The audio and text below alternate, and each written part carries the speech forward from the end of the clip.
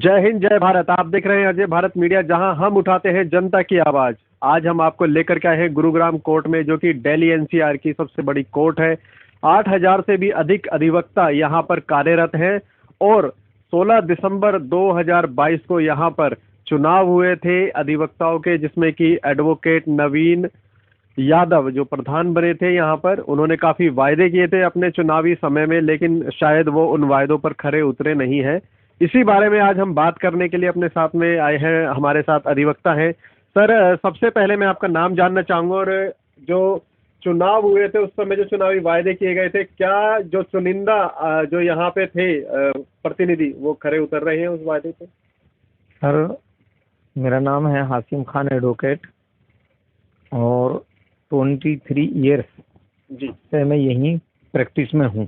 जी हाँ, यहाँ प्रैक्टिस में हूँ। फ्राइडे में हम नो कोर्ट भी जाते हैं, सोना भी जाते हैं। जी लेकिन हम यह देखते आ रहे हैं लगातार, मैं अपनी प्रैक्टिस में, जी कि इलेक्शन से पहले कोई भी, चाहे प्रेसिडेंट के लिए खड़ा हो, चाहे वाइस प्रेसिडेंट के लिए हो, चाहे सेक्रेटरी, चाहे ज्वाइंट सेक्रेटरी, जी हाँ कोई भी हो, लेकिन इलेक्शन से बस वो 2-3 महीने पहले सभी जी के एक बार हमें मौका दो, बस हम ये करके दिखाएंगे।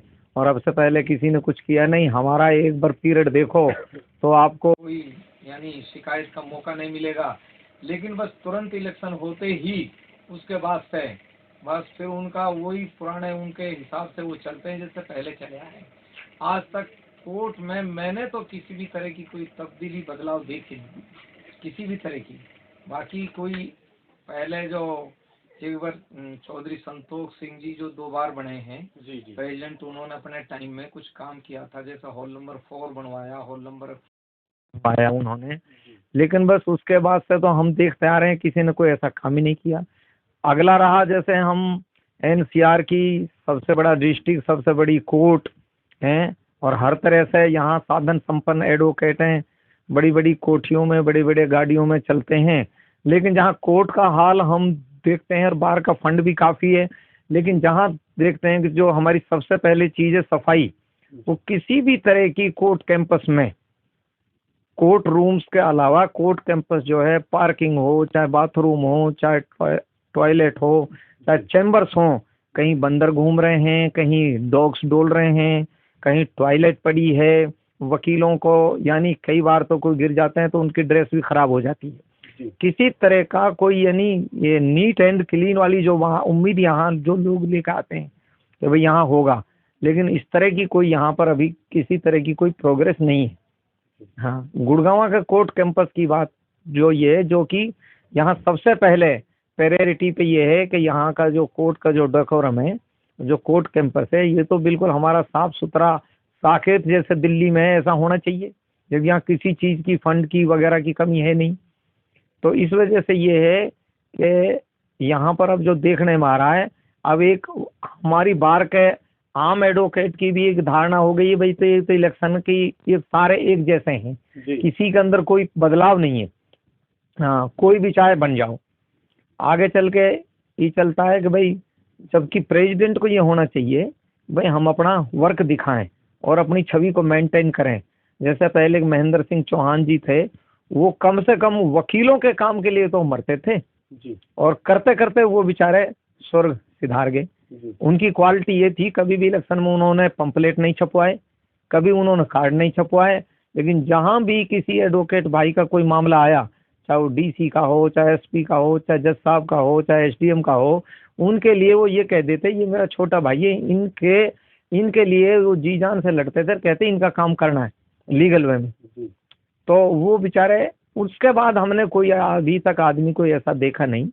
वो बड़े बड़े दावे करने वाले, झूठे दावे करने वाले तो हमने देखा है। और यहाँ भी अब ऊपर वाली जो पॉलिटिक्स है कि भाई जिनकी तादाद ज़्यादा है वो अपने मन मर्जी का राज चलाते हैं। प्रेसिडेंट एक है, उसके साथ और इतने प्रेसिडेंट हो जाते हैं कि बस वो प्रेसिडेंट को पूछते ही नहीं कि भाई इसको ये दुकान देनी है, इसको ये चैम्बर देना है, इसको वो देना है। उसी हिसाब से वो बताते हैं कंधा बांटे रेवड़ी अपने अपने को दे, बिल्कुल वो है। तो इसी अल्फाज में मैं आपको ये कह देना चाहता हूँ। तो यहाँ अपना अपना का वो चल रहा है, जबकि एडवोकेट तो एक बुद्धिजीवी वर्ग है, इसमें आदमी को सबसे पहले पैरिटी वाली बात देखनी चाहिए। चैम्बर्स दिए, जो सीनियर वकील है उनको कोई चैम्बर ही नहीं जी 2 दिन का वकील है उसको चैम्बर मिल गए। पैरिटी तो होनी चाहिए ना, जबकि जस्टिस बनने के लिए तो सीनियरिटी चाहिए, चैम्बर बनने के लिए कोई सीनियरिटी नहीं है। हाँ, मतलब कहने का यह है सर कि कोई क्राइटेरिया फिक्स नहीं है कि चैम्बर जो एलोकेशन होती है अलॉटमेंट के समय कोई क्राइटेरिया नहीं है, अपने अपने लोगों को चुन करके चैम्बर दे दिया जाता है, आप ये कहना चाहते हैं? जी, कोई क्राइटेरिया नहीं है किसी भी तरह का। जबकि यहाँ जब जहाँ लॉ एंड ऑर्डर मेंटेन जरूर होना चाहिए, जहाँ से लॉ निकलता है वही क्राइटेरिया नहीं है।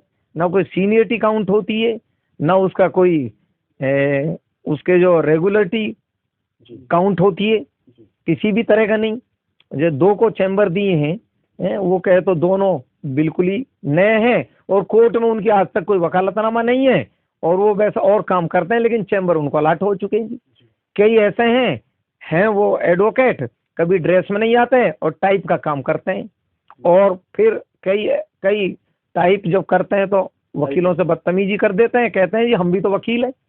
जब डिस्प्यूट आता बार में कि जी मैं भी तो मेंबर हूँ, हैं वो टाइप भी बैठे हैं, चैम्बर भी लिए बैठे हैं, वो इसका मतलब ही अपने पैसे के दम पे बैठे बैठे सारा काम करा रहे हैं, जबकि ये नहीं होना चाहिए। ये है कहना चाहते हैं कि कुछ लोग हैं जो कि ऑलराउंडर बने घूमते हैं, वकालतनामा उनके नाम से एक भी साइन नहीं है पिछले काफी सालों से, और फिर भी अपने आप को वकील बताते जबकि करते टाइपिंग है। तो इस बारे में कन्फ्लिक्ट जो है होता है वकील और टाइपिस्टों के बीच में। सामने वाले को लगता है कि ये वकील टाइपिस्ट है, लेकिन वो रियल में वकील होता है जो कि टाइपिस्ट बन के बैठा हुआ है, ये कहना चाहते हैं? हाँ जी, जबकि जो रियल में जब वो बार का मेंबर है तो वो उसे प्रॉपर ड्रेस में आकर और वकीलों के साथ बैठना चाहिए। वो ना तो ड्रेस में आते हैं और अपने टाइप की दुकान पे बैठ जाते हैं, सिर्फ वो उस दिन वो वोट डालते हैं सिर्फ जब पता चलता भाई ये एडवोकेट है।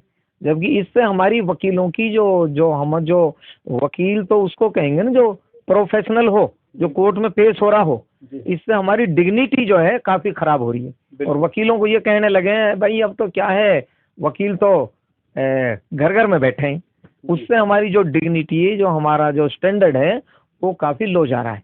हाँ सर, जैसे कि आपने अभी बताया कि वकील जो है घर घर में बैठे हैं, तो मतलब ये है कि अगर वकील ज़्यादा है तो यानी कि आपकी संख्या अधिक है, आपका संघ मजबूत संघ है। लेकिन कहीं ना कहीं इस तरह से देखा जाए कि ज़्यादा वकील होने का फ़ायदा कम है, यहाँ नुकसान ज़्यादा हो रहा है, क्योंकि सिर्फ रजिस्ट्रेशन के लिए ज़्यादा वकील है गुरुग्राम कोर्ट में। अगर रियलिटी में काम करने वाले वकीलों की संख्या देखी जाए तो वो कम है।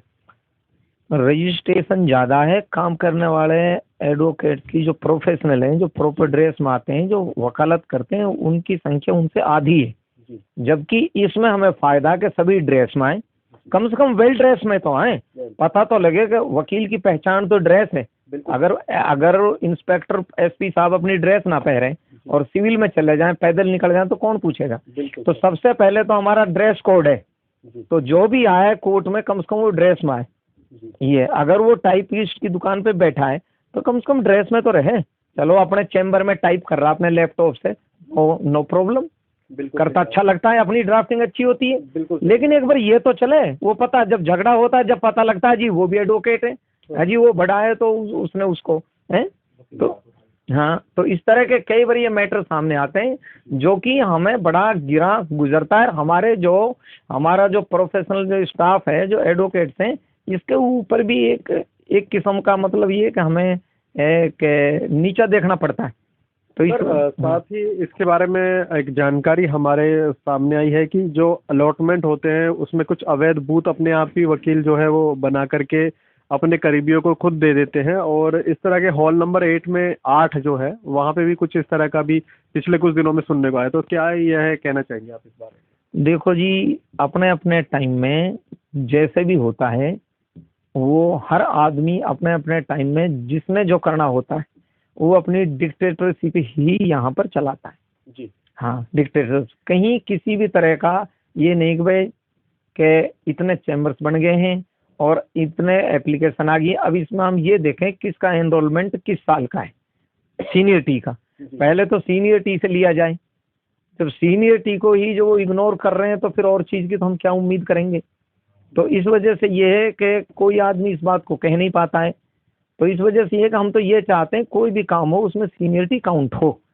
हाँ, हर जगह पर सीनियरिटी काउंट हो, और जो भी एडवोकेट्स भाई हैं वो प्रॉपर अपने ड्रेस में हों, और जो एक एडवोकेट के सीनियर जूनियर का जो मैनर्स है वो मेंटेन हो। तो इस वजह से अब ये काफ़ी दिक्कतों का सामना करना पड़ रहा है, और माहौल ऐसा हो गया है कि जब से अब से पहले हमने जो 15-20 साल पहले इस तरह का माहौल नहीं देखा था, और जब इलेक्शन हर साल होते हैं और फिर वही 15-20 आदमी कोर्ट में, इलेक्शन हुए 2 महीने इलेक्शन हुए, उसके बाद फिर अगले इलेक्शन के लिए चक्कर काटने लग जाते हैं। उन्होंने तो वकालत करनी नहीं, ना कोई काम करना, ना दूसरे को काम करने देना। और सही मायने में जो आदमी इस वजह से आते नहीं, यार यहाँ तो बड़ा मामला टेढ़ा है, और जो है कि सही मायने में जो लोग काम करने वाले जो लोग हैं वो लोग इसमें आते नहीं, यार यहाँ का तो मामला बड़ा टेढ़ा है कि ये तो बस इलेक्शन 15-20 आदमियों ने ये काम ले रखा है, इनका ये काम है, और भाई यही इस काम को करते हैं। उससे पूरा एटमॉस्फेयर जो है खराब हुआ पड़ा। अब हॉल नंबर 4 के जो है हाई कोर्ट से परमिशन आई हुई है भाई यहाँ चैम्बर्स बने, अब वो चैम्बर्स अब तक शुरू नहीं हुई। हाई कोर्ट के ऑर्डर्स तक की जो है कि यानी अवहेलना क्या, उसको मतलब ये कि उसको यानी मैं उसकी एक पालना तो हो। बिल्कुल, उसको भी दरकिनार कर दिया गया है कि जो हाई कोर्ट के हाँ, उस संबंध में हम सेशन जज साहब से मिले भी हैं कि भाई ऐसा है, ये तो आपका मामला है, परमिशन आ गई आप बनाओ। बिल्कुल, हम मिले भी हैं कि सेशन जज साहब आपकी बड़ी मेहरबानी, परमिशन आ गई। जबकि हाई कोर्ट के जस्टिस ये कहते हैं, चाहे सुप्रीम कोर्ट के जस्टिस साहब हों चाहे हाई कोर्ट के, कि एडवोकेट्स प्रॉपर चैम्बर में बैठे। बिल्कुल, हाँ, एडवोकेट जो है प्रॉपर चैम्बर्स में बैठे। अब यहाँ ऐसा है, किसी के पास तो 2 चैम्बर, किसी पे एक भी चैम्बर नहीं है। तो यहाँ का जो है कि मामला जो है ना वो कोई सिस्टम से मामला नहीं है ये। जबकि हम तो ये चाहते हैं कि जो भी जूनियर एडवोकेट हैं, हर एडवोकेट के साथ कम से कम जो सीनियर 1-2 जूनियर एडवोकेट हों, और वो उनको सिखाए, और उनको सिखाए, और उनका कुछ वैसे भी कुछ जो है कि वैसे भी उनका वो रखे ध्यान। बिल्कुल, इस बारे में सर मैं आपको बताना चाहूँगा कि कुछ समय पूर्व हमारे सुप्रीम कोर्ट के चीफ जस्टिस DY चंद्रचूड़ जी ने भी कहा था कि अपने जूनियर को एक इतना मेहनताना दें कि वो अपना जो है महीने का गुजारा चला सके, क्योंकि उन्हें भी मालूम है कि इस तरह की घटनाएं होती हैं कि लोग अपने जूनियर का ख्याल नहीं रखते हैं। ये तो देखो जी, मैं तो आदमी कहता है ना कि अपने अंदर सुधार पैदा करना चाहिए। मेरे पास कम से कम आज भी आप देखोगे कि 3-4 जूनियर्स हैं। अब कम से कम मैं उनका ये है कि अगर अलग ना दूं तो उनका भी मैं 1 रुपया खर्च नहीं होने देता। आप बेशक आप मेरे इंटरव्यू के बाद में कल आप आओ, और मेरी गैर मौजूदगी में आप उनसे बात करो, और मेरे से पहले जो 5-6 लड़के और मेरे पास रह के गए वो भी गुड़गांव कोर्ट में बैठे हैं, पीछे से आप उनसे भी वो करो, बात करो। क्योंकि अगर हम उनको कुछ सिखाएंगे नहीं और उनको कोऑपरेट नहीं करेंगे तन मन धन से, तो वो तो हिम्मत हार कर वो वापिस 2-4-5 दिन में छोड़ के चले जाएंगे। तो उनको हमें हर चीज़ का ध्यान रखना। जब हम उनको काम ले रहे हैं, उनसे खूब काम लो, खूब मेहनत कराओ। तो उनको जब ये है कि और उनका कम से कम जो बनता हो रीजनेबल मेहनत आना, उसी हिसाब से हम उनको अपने उसमें से दें, जो हमारे पास फीस आती हो। तो कम से कम उनको इतना तो महसूस ना हो जी वो अपनी बाइक से या स्कूटी से आते हो, रोज घर से वो पेट्रोल डालें। कम से कम इतना तो हो कि भाई उनका गाड़ी का जो स्कूटी या कार का मेंटेनेंस तो निकल जाए। हाँ, तो मैं तो इस चीज़ के लिए वो कहूँ कि हम लोगों ने जो सीनियर्स हैं उनको इन चीज़ का ध्यान रखना चाहिए। कभी हम भी किसी के जूनियर्स थे। हाँ, मैं श्यामवीर सिंह जी का जूनियर रहा था 4-5 साल।